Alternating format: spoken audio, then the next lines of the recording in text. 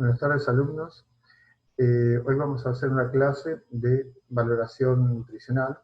Si bien es un repaso, tiene que ver con las patologías que luego vamos a ver, como las patologías de origen metabólico. Así que bueno, ahora te voy a poner para compartir pantalla y comenzar a ver de qué estamos hablando.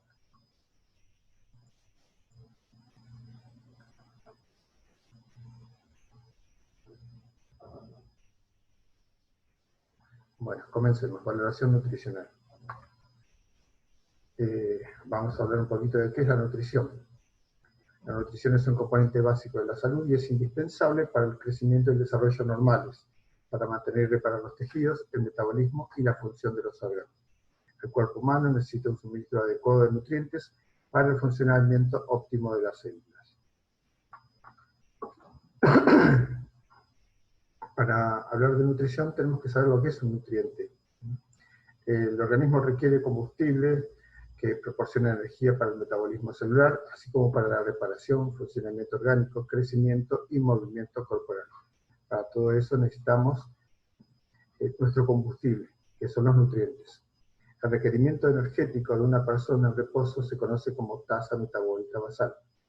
La tasa metabólica basal es la energía necesaria para mantener las actividades vitales básicas, respiración, circulación, frecuencia cardíaca y temperatura durante un periodo de tiempo específico. Es decir, sin gastar energía extra más que para vivir, digamos.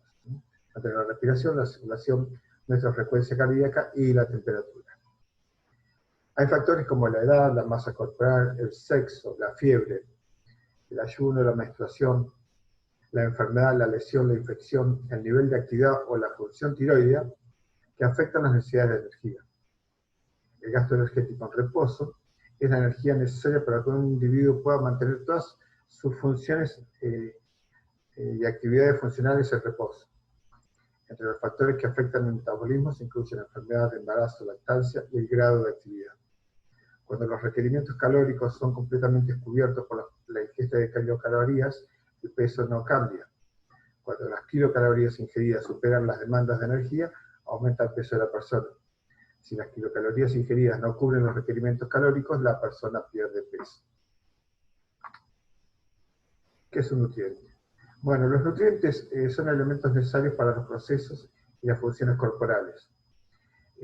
Las necesidades de energía son cubiertas por una variedad de nutrientes, carbohidratos, proteínas, grasa, agua, vitaminas y minerales. Como vemos, nosotros conocemos, bueno, los carbohidratos, que también se les puede conocer como hidratos de carbono, glúcidos o azúcares. Las proteínas, las grasas, el agua es considerado un nutriente, las vitaminas y los minerales también son nutrientes. Los alimentos son descritos a veces por su densidad de nutrientes. Por ejemplo, la proporción entre nutrientes esenciales y número de kilocalorías. ¿Esto qué quiere decir? Que hay alimentos que son más importantes que otros por su alta densidad calórica de nutrientes y en relación al número de calorías. Los alimentos con alta densidad de nutrientes, como frutas y vegetales, proporcionan un gran número de nutrientes en relación con las kilocalorías. Los alimentos con baja densidad de nutrientes, como el alcohol y el azúcar, son relativamente ricos en kilocalorías y pobres en nutrientes. Por eso nuestra dieta tiene que estar básicamente equilibrada. Carbohidratos, como dijimos, los carbohidratos o glúcidos o hidratos de carbono o azúcares también, constituyen la principal fuente de energía de la dieta. Cada gramo de carbohidratos proporciona 4 kilocalorías y estas sustancias sirven como principal combustible para el cerebro, los músculos esqueléticos durante el ejercicio, la producción de glóbulos rojos, glóbulos blancos y la función celular de la médula renal. Nuestro combustible principal que utiliza el cuerpo es la glucosa. Y es decir, es la única fuente de energía, que después en el ciclo de Krebs se produce como ATP, adenosín trifosfato, que es la fuente de energía.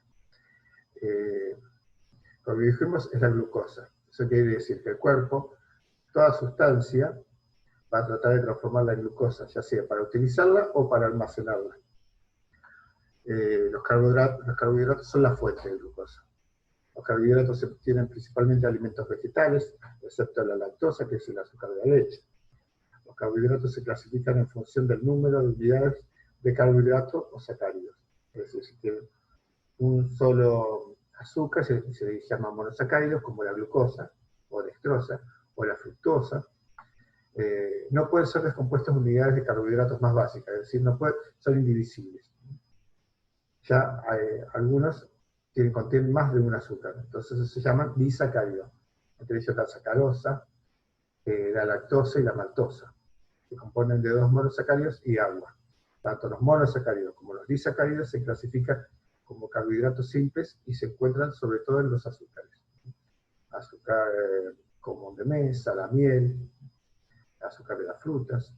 Los polisacáridos, es decir, si hay una secuencia de más de 2 monosacáridos, como el glucógeno, por ejemplo, se componen de muchas unidades de carbohidratos, por ejemplo, carbohidratos complejos. Son insolubles en agua y se digieren en grado variable, es decir, no son fáciles de digerir. Tienen que ser atacados por enzimas, ya que dijimos que estaban unidos por varios enlaces y eran complejos, tienen que precisar la intervención de varias enzimas. Los almidones, por ejemplo, son polisacáridos, también un gran número de azúcares unidos. Hablamos del glucógeno. El glucógeno es justamente la reserva de glucosa. ¿Dónde se almacena el glucógeno? Bueno, se almacena principalmente en el hígado y en el músculo esquelético. Es decir, el hígado es el principal órgano que transforma la glucosa en glucógeno, y viceversa. Cuando hace falta glucosa en la sangre, por alguna actividad, algún requerimiento metabólico, lo que hace es destruir esos enlaces, el hígado, y los vuelca como glucosa a la sangre. Y al revés, cuando nosotros tenemos exceso de glucosa, como puede ser a posteriori de una ingesta calórica elevada, ¿no? Comemos como mucho, digamos, bueno, el hígado es el encargado de almacenar ese glucógeno para hacer esa glucosa en forma de glucógeno para ser utilizada cuando sea necesario. Algunos polisacáridos, como las fibras, no pueden ser digeridos debido a que el ser humano carece de enzimas capaces de descomponerlos, no aportan calorías a la dieta. ¿Qué quiere decir esto? Que algunas fibras no tenemos la capacidad nosotros de descomponerlas, es decir, de separarlas en estructuras químicas más pequeñas, pero sí sirven y dan sustento por ahí al bolo alimenticio, ayudan a la digestión. Por eso es tan importante comer una buena cantidad de fibras, porque no solo ayudan a la buena digestión, sino que además facilitan la absorción de los nutrientes que nosotros sí necesitamos. Acá tenemos, por ejemplo, algún ejemplo de carbohidratos simples, como azúcar de mesa, la miel, la leche, el maíz, la manzana, y algunos otros carbohidratos complejos que están en la alcachofa, brócoli, plátanos, patatas, papa, sésamo y manzana también. Las proteínas. Otra de los elementos fundamentales, de los nutrientes fundamentales, son las proteínas. También constituyen una fuente de energía de 4 kilocalorías por gramo, y son esenciales para la síntesis de tejidos necesarios para el crecimiento, mantenimiento y reparación orgánica, ante alguna lesión. Por ejemplo, el colágeno, las hormonas, las enzimas, las células inmunes, el ADN y el ARN, se componen todos de proteínas. La coagulación sanguínea también necesita de proteínas. La regulación de los lípidos y el equilibrio ácido-base también requieren de proteínas. Los nutrientes muchas sustancias farmacológicas son transportados en la sangre a través de las proteínas, es decir, se unen a las proteínas para llegar a su lugar específico de acción. La ingesta de proteínas mantiene el equilibrio nitrogenado. La forma más simple de proteína es el aminoácido, constituido por carbono, hidrógeno, oxígeno y nitrógeno. Para que recuerde, la mnemotecnia es CHON: carbono, hidrógeno, oxígeno y nitrógeno. Esencialmente cualquier aminoácido está compuesto por esos elementos. Los aminoácidos esenciales son aquellos que el cuerpo no puede sintetizar y han de ser proporcionados por la dieta. ¿Qué quiere decir que lo puede sintetizar? El organismo por sí solo no puede fabricarlos. Entonces sí o sí tiene que ser ingerido con los alimentos. Hay otros aminoácidos que pueden ser sintetizados por el cuerpo y se conocen como no esenciales. Es decir, el cuerpo los puede fabricar. Y ahí es la gran diferencia de nuestra dieta equilibrada. Nosotros tenemos que tratar de conseguir justamente aquellos alimentos que posean los aminoácidos esenciales. Dijimos que las proteínas forman parte de las estructuras del cuerpo, estructuras fundamentales. Así que es necesario conseguir aquellas proteínas completas, digamos, de gran calidad. Y esas se encuentran fundamentalmente en las carnes, en la leche, en la soja,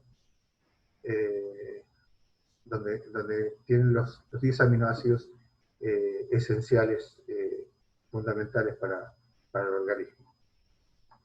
Las grasas también son conocidas como lípidos. Las grasas o lípidos son nutrientes con mayor densidad calórica, es decir, que su combustión genera mayor calorías, 9 kilocalorías por gramo. Se componen de triglicéridos y ácidos grasos. Los triglicéridos circulan en la sangre, los ácidos grasos pueden ser saturados cuando cada carbono de la cadena está unido a 2 átomos de hidrógeno, o insaturados los que el número de átomos de hidrógeno es impar y algunos carbonos se unen entre sí mediante enlaces dobles.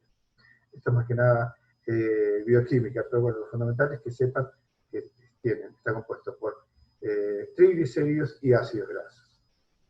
Los diferentes tipos de ácidos grasos tienen trascendencia para la salud y incidencia de enfermedad y se referencian en las guías nutricionales.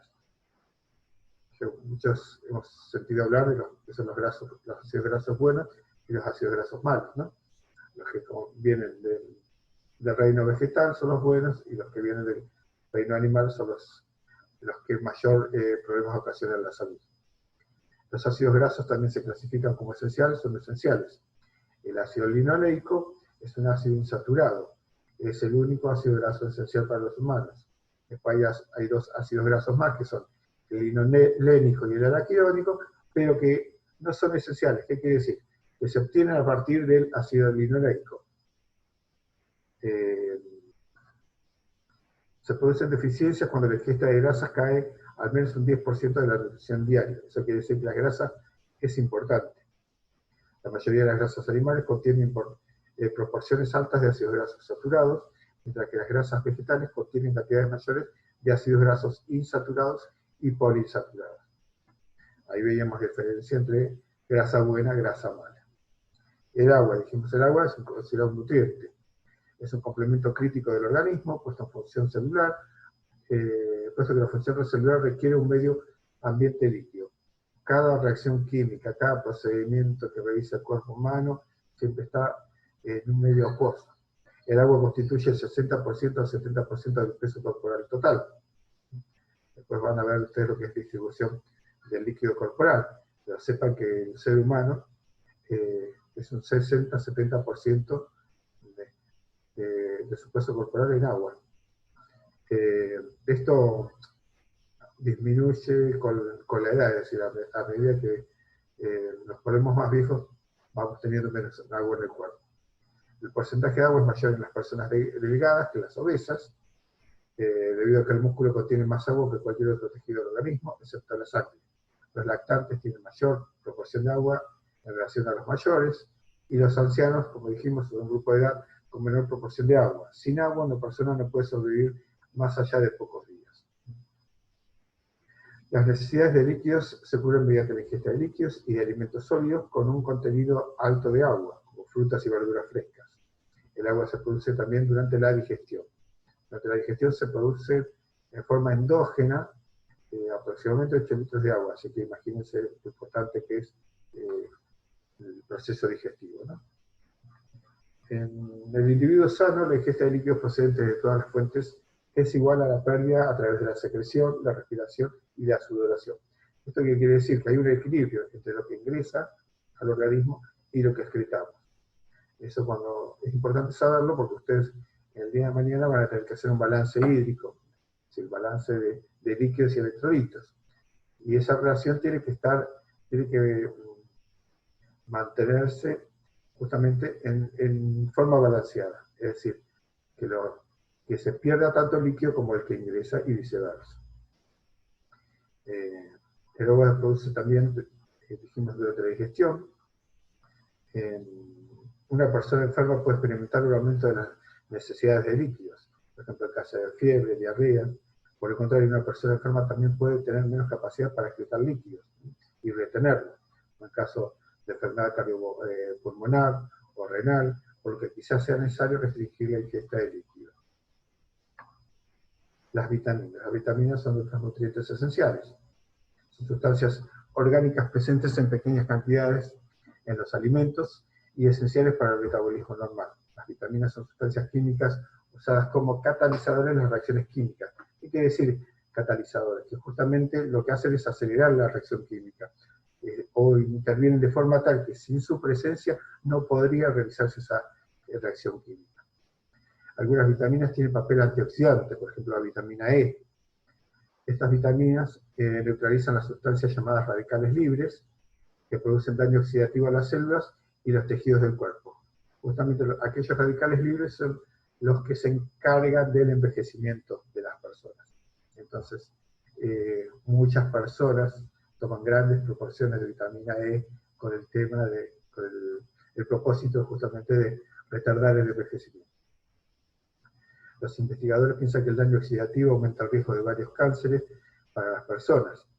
Entre las vitaminas se incluyen el beta-caroteno y las vitaminas A, C y E. El organismo es capaz de sintetizar vitaminas en las cantidades necesarias y depende de la ingesta dietética.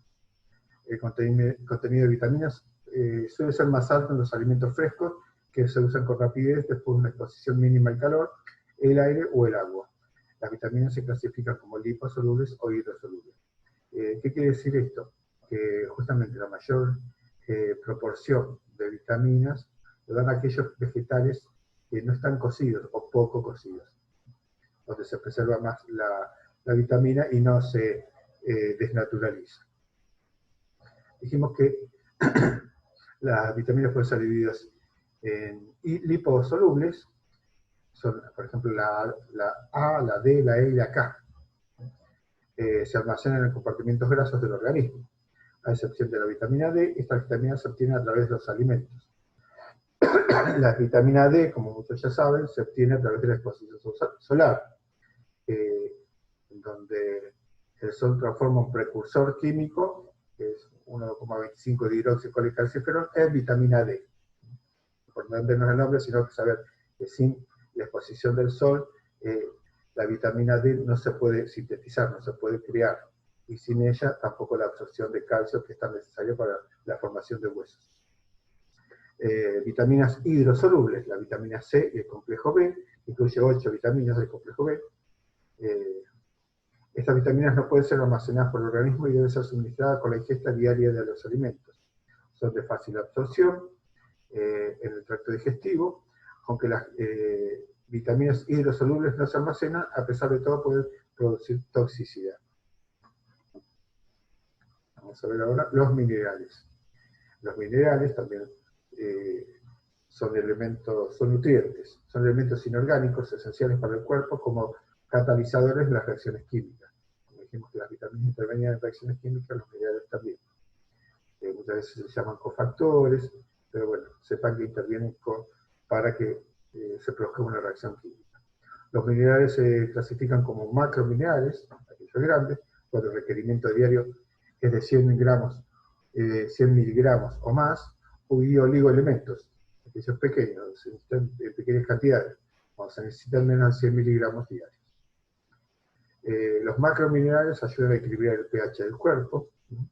El pH es de una forma de decirlo, es el grado de acidez o alcalinidad que posee la sangre del cuerpo. Y se requiere cantidades específicas en la sangre y las células para proporcionar el equilibrio ácido-base. O sea, mantener los ácidos y las bases estables. Existen interacciones entre los oligoelementos, por ejemplo, el exceso de un oligoelemento puede causar deficiencia de otro. El selenio es un oligoelemento que tiene también propiedades antioxidantes. El silicio, el vanadio, el níquel, el estaño, el cadmio, el arsénico, el aluminio y el boro tienen papeles aún no identificados en la nutrición. El arsénico, el aluminio y el cadmio tienen efectos tóxicos en grandes proporciones. pero sepa que en mínimas proporciones esos minerales tienen que estar presentes en la dieta. Que no lo obtenemos de otra forma, sino es a través de los alimentos que consumimos. Vamos a hablar un poquito del proceso de digestión. La digestión de los alimentos consiste en su descomposición mecánica, que se consigue mediante masticación, agitación y mezcla con líquido, y en reacciones químicas que los reducen a sus formas más simples. Las enzimas son sustancias similares a proteínas que actúan como catalizadores para acelerar reacciones químicas. Ya dijimos que las enzimas eran justamente proteínas y que actuaban en las reacciones químicas. Cada enzima tiene una función específica y funciona a un determinado pH. Por ejemplo, la enzima amilasa en la saliva descompone los almidones en azúcares. Las secreciones del tracto gastrointestinal tienen valores de pH muy diferentes. Por ejemplo, en el estómago es ácido y después se vuelve más alcalino en el intestino delgado. Las actividades mecánicas, químicas y hormonales de la digestión son interdependientes. Las hormonas regulan el flujo de secreciones digestivas necesarias para el suministro de enzimas. Es decir, la enzima es secretada a través de un estímulo hormonal. La hormona recibe esa información y secreta la enzima necesaria para realizar el proceso de digestión. Bueno, la digestión, acá tenemos el aparato digestivo, donde comienza la boca, donde la comida se descompone mecánicamente mediante la masticación. Los alimentos se mezclan con la saliva, que contiene tialina, que es una amilasa. Recuerda, la amilasa lo que hace es degradar almidón, que eran hidratos de carbono. La tialina es una enzima que actúa sobre el almidón cocinado e inicia su conversión en maltosa. Va rompiendo los grandes enlaces de almidón. Las proteínas, las grasas, son descompuestas físicamente, pero no experimentan cambios químicos en la boca, ¿no? Puesto que en la boca no existen enzimas que las degraden. La masticación produce las partículas de alimentos, las reduce a un tamaño más chico para poder deglutirlas, y la saliva proporciona lubricación para facilitar el paso y la deglución de los alimentos. La periotis es una especie de pliegue que se cierra sobre la tráquea durante la deglución para evitar la aspiración de los alimentos. Los alimentos deglutidos entran al esófago y son desplazados mediante contracciones musculares en forma de ondas. Esto es lo que se conoce como peristaltismo. Es lo que ustedes van justamente a valorar cuando apoyen, por ejemplo, un estetoscopio sobre un abdomen. Hasta llegar a la base del esófago sobre el esfínter del cardias. Bueno, así es como pasa al estómago. La presión del bolo alimentario sobre el cardias hace que el esfínter se relaje y permita la entrada del bolo en el fundus o porción más superior del estómago. En el estómago actúa una enzima que se llama pepsinógeno, que es secretada por las células del mismo estómago. Las glándulas periódicas del estómago secretan gastrina, una hormona que activa la secreción de ácido clorhídrico, por las células parietales también del estómago. Las células parietales secretan ácido clorhídrico y factor intrínseco, necesarios para la absorción de la vitamina B12 en el litio. El ácido clorhídrico convierte el pepsinógeno en pepsina, una enzima que parte las proteínas, es decir, las va degradando, va rompiendo esos enlaces y los va degradando en aminoácidos más pequeños. El cuerpo produce la lipasa y amilasa gástrica para iniciar la digestión de las grasas y los almidones respectivamente.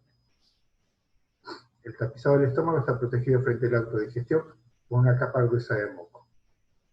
Imagínense que el pH del estómago es muy ácido, justamente para que no se degrade por el jugo gástrico, que es altamente ácido. Hay una capa de moco cubriendo la capa superficial del estómago. El alcohol y la aspirina son las sustancias absorbidas directamente a través del tapizado gástrico. El estómago actúa como un reservorio donde los alimentos permanecen durante aproximadamente 3 horas, con límites entre 1 y 7 horas. Dentro del estómago, el estómago lo que hace con los alimentos es como procesarlos, como una gran licuadora, donde va siendo atacados por el ácido y por las enzimas, para luego pasar al intestino delgado, donde sigue siendo atacado por otras enzimas. Los alimentos salen del antro, la porción distal del estómago, a través del esfínter pilórico, y entran en el duodeno. Los alimentos se han convertido ahora en una masa líquida y ácida, el quimo. El quimo es justamente esa porción de alimento que quedó envuelto con el jugo gástrico, las enzimas. Este fluye por el duodeno y se mezcla rápidamente con bilis, jugos intestinales y secreciones pancreáticas. La secretina y la colecistocinina son hormonas secretadas por la mucosa del intestino delgado. La secretina activa la liberación del carbonato por el páncreas, lo que eleva el pH del quimo. ¿Se acuerda que dijimos que en el estómago el pH era ácido? Ahora en el duodeno ya el pH cambia, es alcalino, justamente para que actúen esas enzimas con ese pH para realizar la degradación de los alimentos específicos. La colecistocinina inhibe la secreción de gastrina e inicia la liberación de enzimas digestivas adicionales por el páncreas y la vesícula biliar. Así van atacando, por ejemplo, a los hidratos de carbono, a las proteínas y a las grasas. La bilis es fabricada por el hígado y almacenada en la vesícula biliar. Actúa como un detergente que emulsiona las grasas para permitir la acción enzimática al mismo tiempo que suspende los ácidos grasos en solución. Tiene como una acción detergente, eso es lo que hace. Una gran gota de grasa la transforma en gotitas pequeñas. Las secreciones pancreáticas contienen 6 enzimas: amilasa para digerir el almidón, lipasa para descomponer las grasas y emulsiones, y tripsina, lactasa, quimiotripsina y carboxipeptidasa para descomponer las proteínas. Perdón. El peristaltismo continúa en el intestino delgado, mezclando las secreciones con el quimo. La mezcla se hace cada vez más alcalina, lo que dijimos, que cambia su pH, lo que inhibe la acción de las enzimas gástricas y potencia el efecto de las secreciones duodenales. Es decir, ya no actúa con ese pH, las enzimas gástricas dejan de actuar, porque actuamos con un pH ácido, y ahora intervienen las enzimas duodenales que actúan con pH alcalino. Las células epiteliales de las microvellosidades del borde del cepillo del intestino delgado secretan enzimas para facilitar la digestión. Entre ellas se incluye la sacarasa, que justamente lo que destruye es la sacarosa, la lactasa, que destruye la lactosa, la maltasa, que destruye la maltosa, la lipasa, que destruye los lípidos, y la peptidasa, los péptidos, que son grandes porciones de proteína. La mayor parte de la digestión ocurre en el intestino delgado y conduce a la producción de glucosa, fructosa, galactosa, desde los carbohidratos, aminoácidos, dipéptidos, desde las proteínas y ácidos grasos, glucéridos y glicerol, desde los lípidos. Se necesitan aproximadamente 5 horas para que los alimentos recorran el intestino delgado, impulsados por el peristaltismo. Es lo que se demora en hacer la digestión. Bueno, el intestino delgado es el sitio principal para la absorción de los nutrientes. Está tapizado por proyecciones digitiformes, conocidas como vellosidades. Lo que hacen las vellosidades, si viene en el esquema, es justamente aumentar la superficie de absorción. Los nutrientes se absorben mediante difusión pasiva, ósmosis, transporte activo y pinocitosis. La absorción de carbohidratos, proteínas, minerales y vitaminas hidrosolubles tienen lugar en el intestino delgado. Son procesados en el hígado y liberados a la circulación de la vena portal. Los ácidos grasos se absorben en los sistemas linfáticos, a través de los conductos linfáticos, en el centro de cada microvellosidad en el intestino delgado. Aproximadamente el 85-90% del agua se absorbe en el intestino delgado. El tracto gastrointestinal debe controlar diariamente alrededor de 8,5 litros de secreciones y 1,5 litros de líquidos ingeridos, lo que supone un total de 10 litros. El intestino delgado reabsorbe 9,5 litros y alrededor de 0,4 litros, quiere decir que son 400 mililitros, son reabsorbidos en el intestino grueso. Los 100 mililitros restantes se eliminan con las heces. Además de agua, se absorben electrolitos, minerales, oligoelementos, como dijimos. Las bacterias del colon sintetizan la vitamina K y algunas vitaminas del complejo B. Por último, las heces adquieren forma en el colon para ser eliminadas. Importante esto de la vitamina K porque cuando curso pediatría lo verán seguramente, la vitamina K no la produce, justamente la producen las bacterias en el colon. ¿Eso qué quiere decir? Cuando nacemos no hemos ingerido nada. Entonces, no tenemos bacterias, está poblada nuestra flora intestinal. Entonces, ¿qué quiere decir? A los bebés, a los recién nacidos, se les proporciona vitamina K exógena, unas gotitas de vitamina K, para que comience justamente a actuar. Recuerden que la vitamina K es importante porque actúa en el proceso de la coagulación, entre otras cosas. Metabolismo y absorción de los nutrientes. El término metabolismo se refiere al conjunto de las reacciones químicas que ocurren dentro de las células del cuerpo. Los procesos metabólicos pueden ser anabólicos de formación o catabólicos de descomposición. El anabolismo ocurre cuando se añade masa muscular mediante dieta y ejercicio. Por ejemplo, no sé si alguien practica, por decir, pesas, muchas veces se toman suplementos dietarios que son los famosos anabólicos. Los aminoácidos son transformados por el anabolismo en tejidos, hormonas y enzimas. Eso para aumentar la masa muscular justamente. El anabolismo y el metabolismo normal son fisiológicamente posibles cuando el organismo se encuentra en equilibrio nitrogenado positivo. Eso quiere decir que estamos ingiriendo la cantidad adecuada de proteínas para que crezca nuestro organismo. El catabolismo, que es la degradación, lo contrario, consiste en la descomposición de sustancias bioquímicas para transformarlas en moléculas más simples y se produce durante los estados fisiológicos de equilibrio nitrogenado negativo, cuando estamos perdiendo proteínas. El ayuno, por ejemplo, el ayuno prolongado, es un ejemplo de una situación catabólica, donde se pierde proteínas. Y lo que hace es disminuir la masa de tejidos orgánicos. Los nutrientes absorbidos en el intestino, entre ellos el agua, son transportados a través del sistema circulatorio hacia los tejidos orgánicos. Los carbohidratos, las proteínas y las grasas se metabolizan para producir energía química y mantener entre el anabolismo y el catabolismo, mantener el equilibrio. La contracción muscular requiere energía mecánica, la función del sistema nervioso necesita energía eléctrica y los mecanismos de producción de calor utilizan energía térmica. ¿Cuál dijimos que era la fuente de energía? La glucosa, el glúcido o hidrato de carbono principal.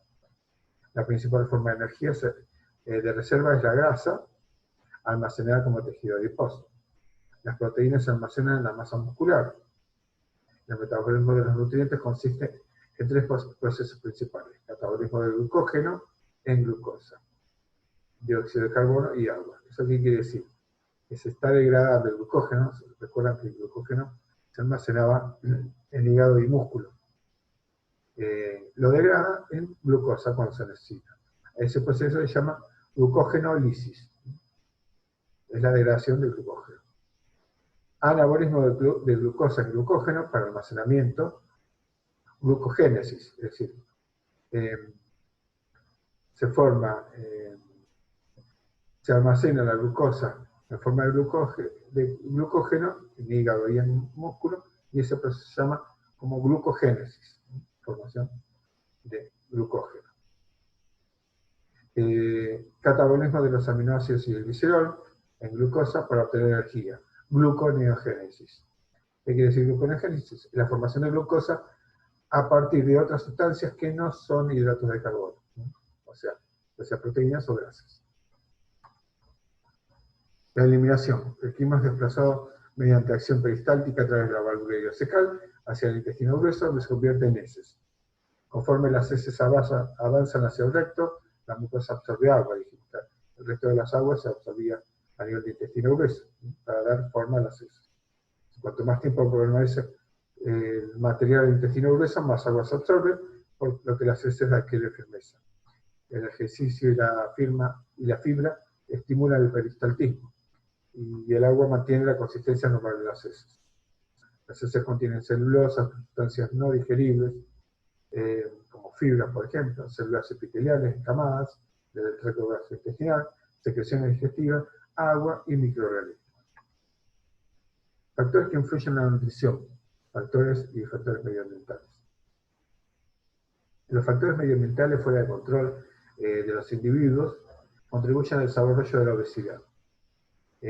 La prevalencia de obesidad en adultos se duplicó desde 1980 a la actualidad en un 33% en adultos, en Estados Unidos con sobrepeso, un 34% obesos y un 6% extremadamente obesos, con un índice de masa corporal mayor a 40. Esto se repite en nuestra sociedad y ahora en tiempo de pandemia todavía más.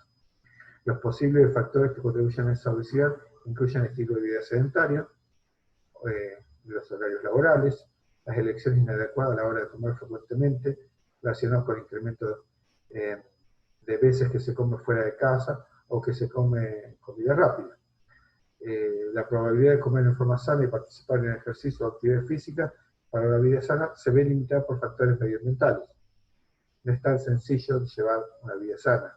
No tenemos tiempo, no disponemos de recursos, o la verdad, o puede resultar muy caro. La falta de acceso a supermercados, el alto costo de la comida sana, la disponibilidad extensiva de comidas menos sanas en los restaurantes de comida rápida, la publicidad ampliamente diseminada de comidas menos sanas, la falta de acceso a lugares seguros para jugar, hacer ejercicio, son factores medioambientales que contribuyen a la obesidad.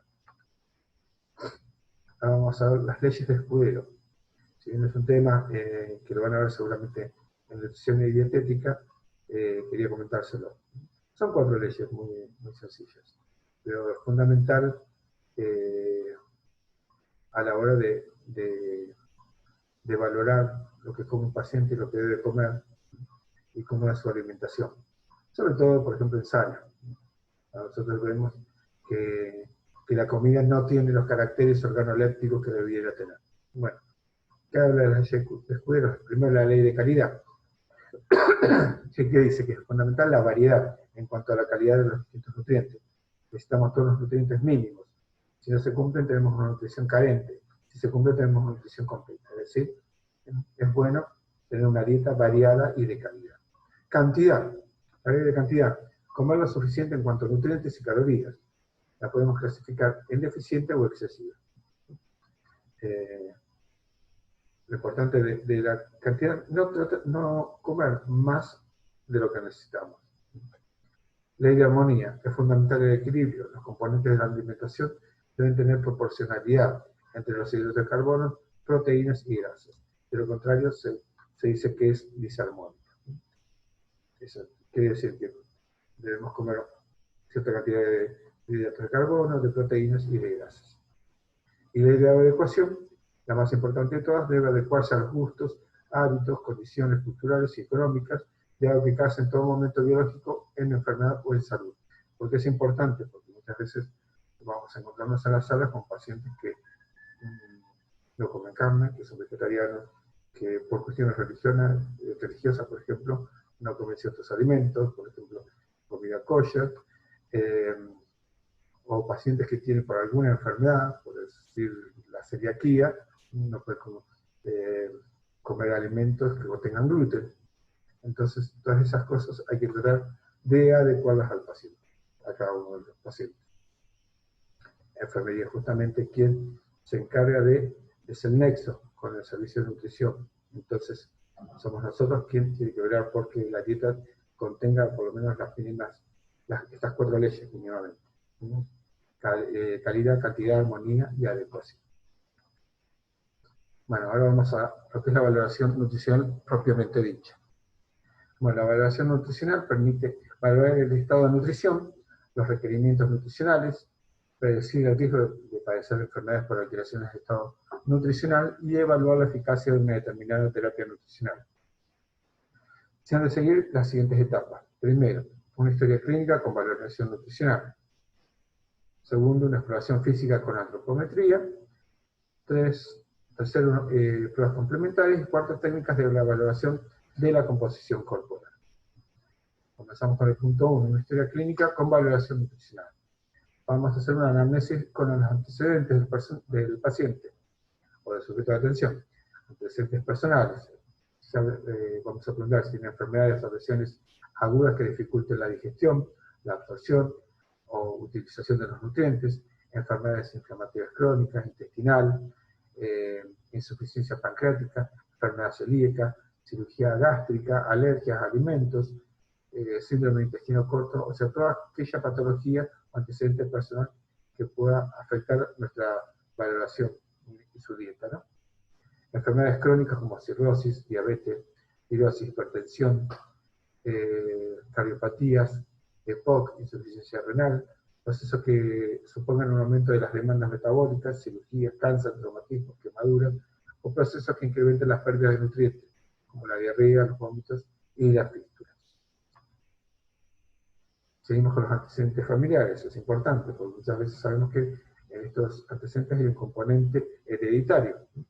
Entonces, indagamos en la familia hay obesidad, si hay un familiar con diabetes, hipertensión, dislipemia, apnea de sueño, tiroideopatías o cualquier otra patología. Los hábitos, es importante también evaluar qué hábitos tóxicos tiene, si consume alcohol, tabaco y drogas. No solamente si los consume, sino en qué cantidad los consume, con qué frecuencia los consume. Los fármacos, si toma algún fármaco en particular, que pueden afectar justamente la nutrición, como los corticoides, anticomiciales. Anticomiciales son los fármacos para el dolor neuropático y anticonvulsivos también. Antihistamínicos, antidepresivos, antibióticos, antihipertensivos o medicamentos oncológicos. Bueno, la historia ponderal del paciente, cómo se fue desarrollando su crecimiento a través del tiempo. Por ejemplo, es importante, pero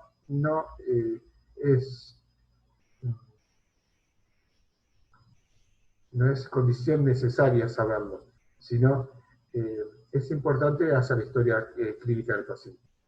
El peso al nacer, peso a los 20 años, peso máximo alcanzado, causas subjetivas de la ganancia de peso. ¿Por qué cree el paciente que lo llevó a aumentar de peso o a bajar de peso en todo caso?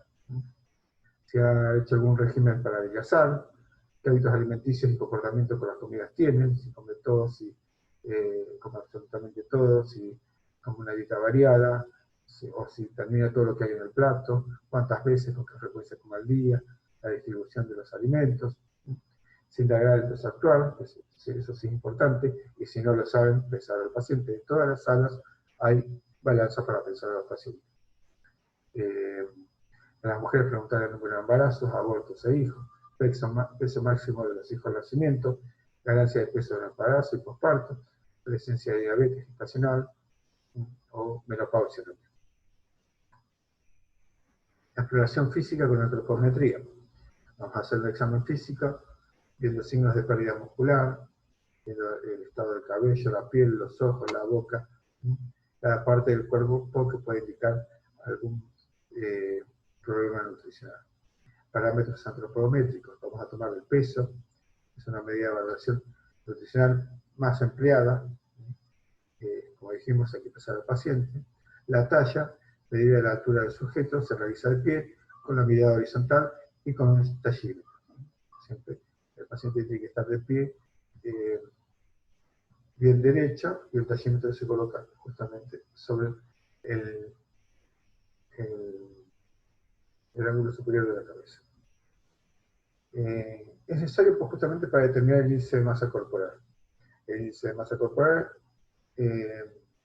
se calcula dividiendo el kilo por la talla en metros al cuadrado.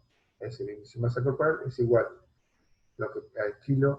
al pesaje del paciente en kilogramos sobre la talla al cuadrado. Eso nos va a dar un número. Ese número nos sirve para clasificar. Si es menor de 16, hay desnutrición severa. Si es de 16 a 16,9, hay una desnutrición moderada. Si es de 17 a 19, desnutrición leve. De 19 a 25 es normal. De 25 a 30 hay sobrepeso. Y más de 30 obesidad. Es importante hacerlo. Si tiene la posibilidad, es importante que lo hagan ustedes mismos o con familiares, o cuando van a la farmacia, se midan y se pesan. Y hagan el índice de masa corporal y vean en qué estadio están. Perímetro abdominal, otro de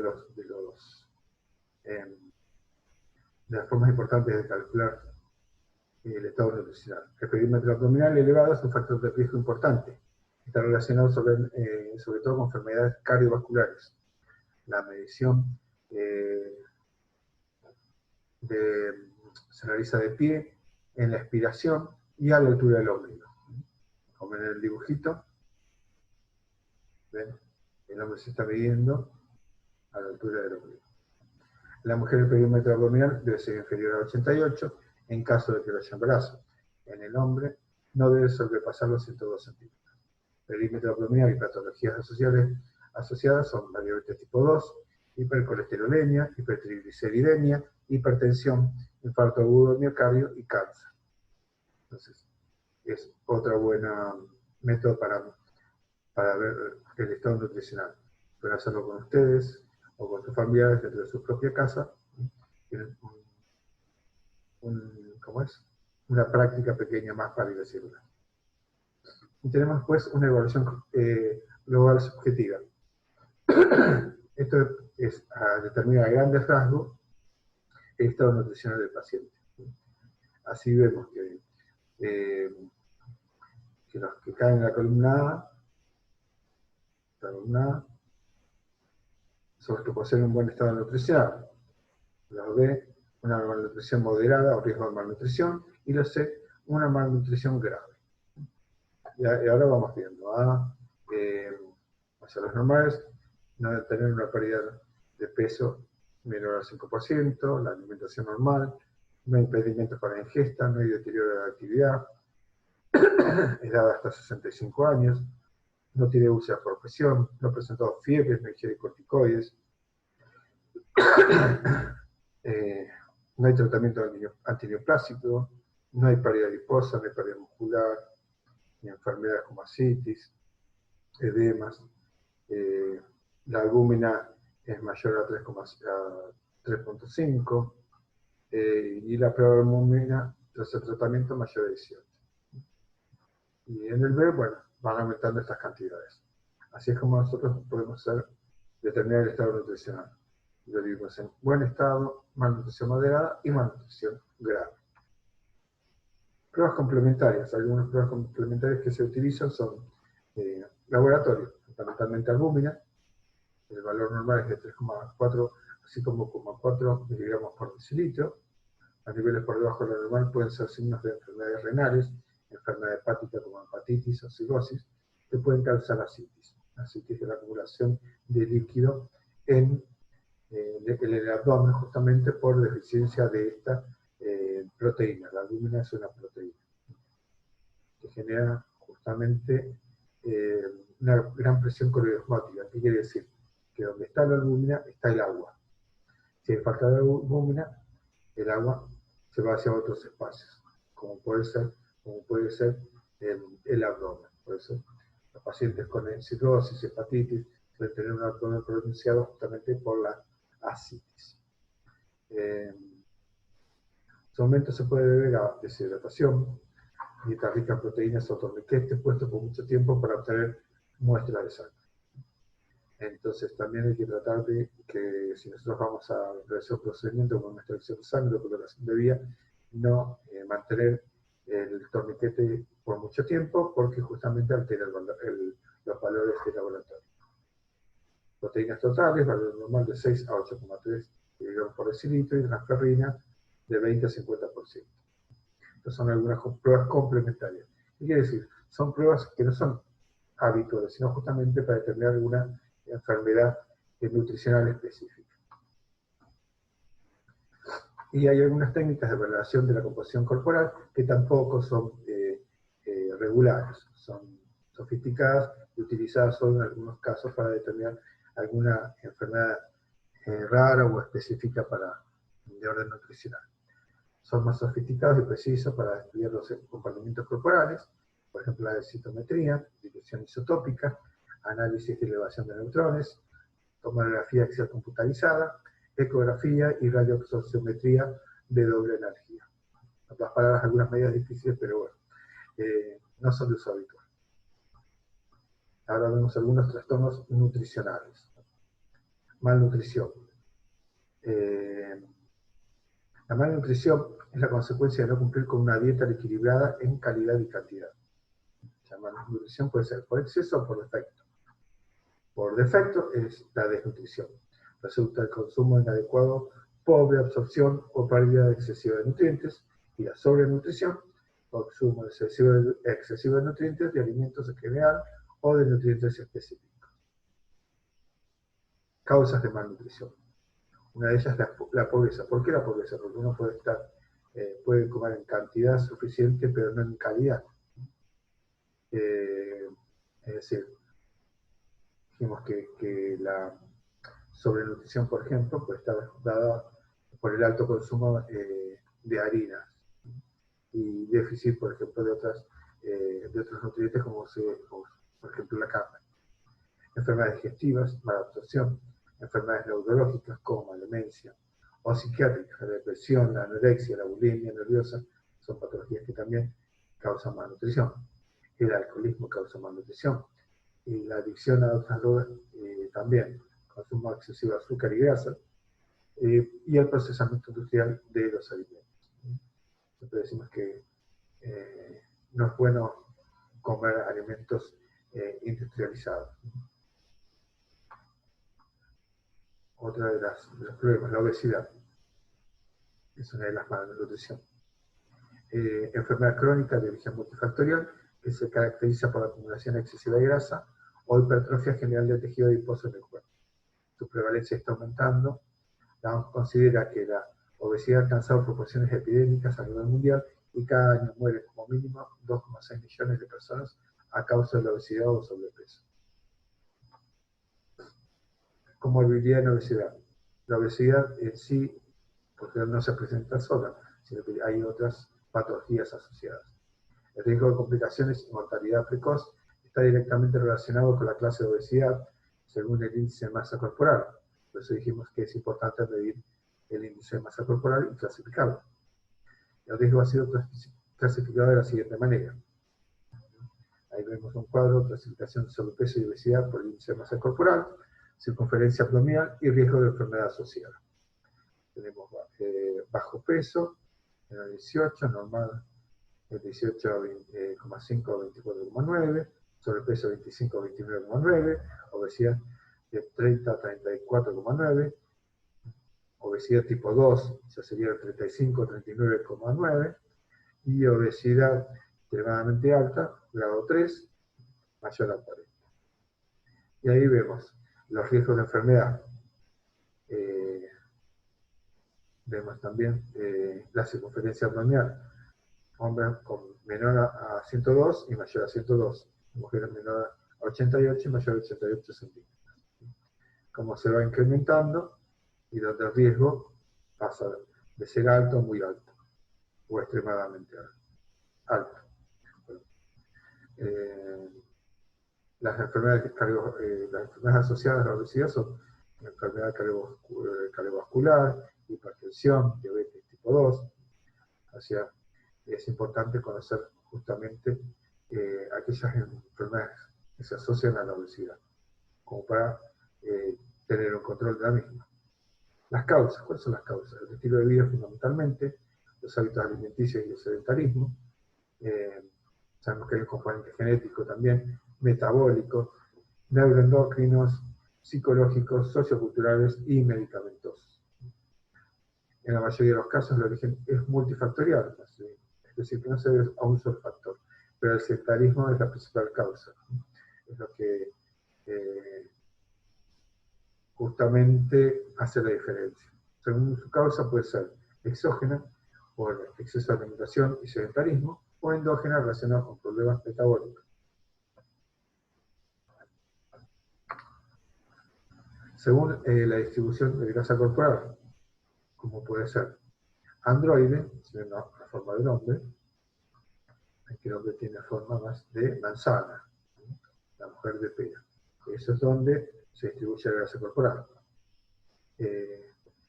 En el androide es central o abdominal. Acúmulo de grasa en la parte superior del cuerpo, especialmente a nivel abdominal. Más frecuente en los hombres que en las mujeres, generalmente producido por exceso de ingesta. El famoso salvavidas. Y ginoide, acúmulo de grasa en la parte inferior del organismo, relacionado con los estrógenos y por lo tanto más frecuente en las mujeres. No es una enfermedad, no es una obesidad que tenga complicaciones metabólicas, sino que la principal problemática está basada en la movilidad y los problemas circulatorios, como por ejemplo las varices. Se acumula en las caderas. Según el tejido adiposo, puede haber hiperplasia, que elevado número de depósitos se inicia en la infancia o la adolescencia, o hipertrofia. Aumento del contenido lipídico de los adipocitos, aumenta su tamaño y no su número. Aparece en la edad adulta. Entonces, hiperplasia es que aumenta el número, hay más adipocitos, o hipertrofia, en la misma cantidad, pero crecen más, con contenido de grasa. Enfermedades asociadas, dijimos, son enfermedad cardiovascular, hipertensión, es una de las enfermedades más prevalentes del mundo, especialmente en personas obesas. La obesidad está relacionada con la diabetes tipo 2, resistencia a la insulina, complicaciones respiratorias, apnea obstructiva de sueño, que se ve sobre todo en los pacientes obesos mórbidos, complicaciones hepatobiliares, hígado graso no alcohólico, complicaciones del aparato locomotor, sobre todo las articulaciones, afectándose la movilidad del individuo y haciendo que éste sea cada vez más sedentario, lo que facilita la ganancia de peso. Es decir, al moverse poco, se resiente más su sistema osteoarticular y justamente provoca más sedentarismo y más ganancia de peso. Es un círculo vicioso que no se puede romper. Riesgos de las intervenciones quirúrgicas, mayor facilidad de infecciones cutáneas, cicatrización retardada.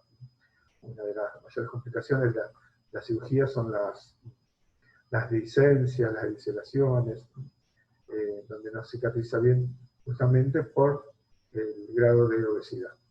Cáncer, relación directa entre la obesidad y la incidencia de cáncer de mama y endometrio. En hombres mayor facilidad de padecer cáncer de próstata y colon. ¿Sí?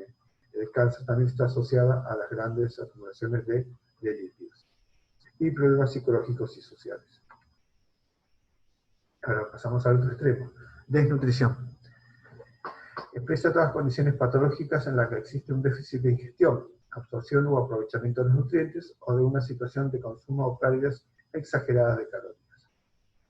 Hay periodos de la vida en los que se tiene mayor predisposición a padecer desnutrición, como la infancia, adolescencia, embarazo, lactancia y vejez. Sobre todo los extremos de edad. Etiología, acá vemos en el mapa, la distribución de la desnutrición infantil en nuestro país. Vamos a ver un poquito los factores nutricionales. Disminución de la ingesta calórica, dieta rigurosa durante tiempo prolongado, por ejemplo la dieta vegetariana, que no está complementada con algún suplemento dietario necesario para hacerla equilibrada, bajos recursos económicos, creencias culturales y religiosas, y el estado psicológico. Enfermedades como la anorexia y la bulimia, infecciones, cáncer, HIV-Sida, diarrea crónica, alcoholismo, mala absorción intestinal. Y algunos fármacos también pueden disminuir el apetito, distorsionar el sabor de las comidas, ocasionar molestias gástricas o alteraciones del ritmo intestinal.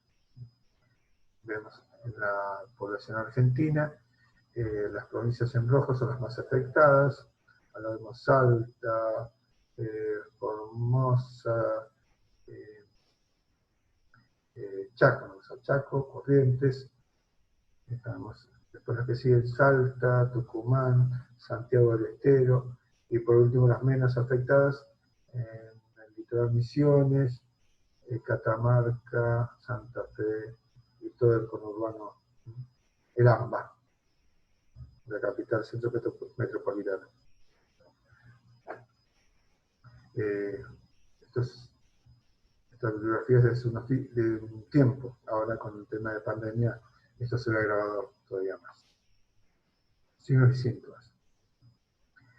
Bueno, principalmente fatiga, mareos, pérdida de peso, es evidente, alteración del sistema inmunológico, palidez, abultamiento del abdomen, pómulos salientes, falta de crecimiento, frialdad en las manos, pies, las uñas delgadas y quebradizas, frágiles, menstruación irregular a veces desaparece, alteraciones en la coagulación sanguínea y raquitis, sobre todo en los niños. Clasificación. Hay dos clasificaciones importantes. Una es el marasmo, es una desnutrición calórico-proteica. No ingieren ni calorías ni proteínas suficientes. Puede aparecer en cualquier edad, pero es más común en el primer año de vida. Y la segunda clasificación es el kwashiorkor, la desnutrición proteica, principalmente en niños de 1 a 3 años, pero puede aparecer en cualquier edad.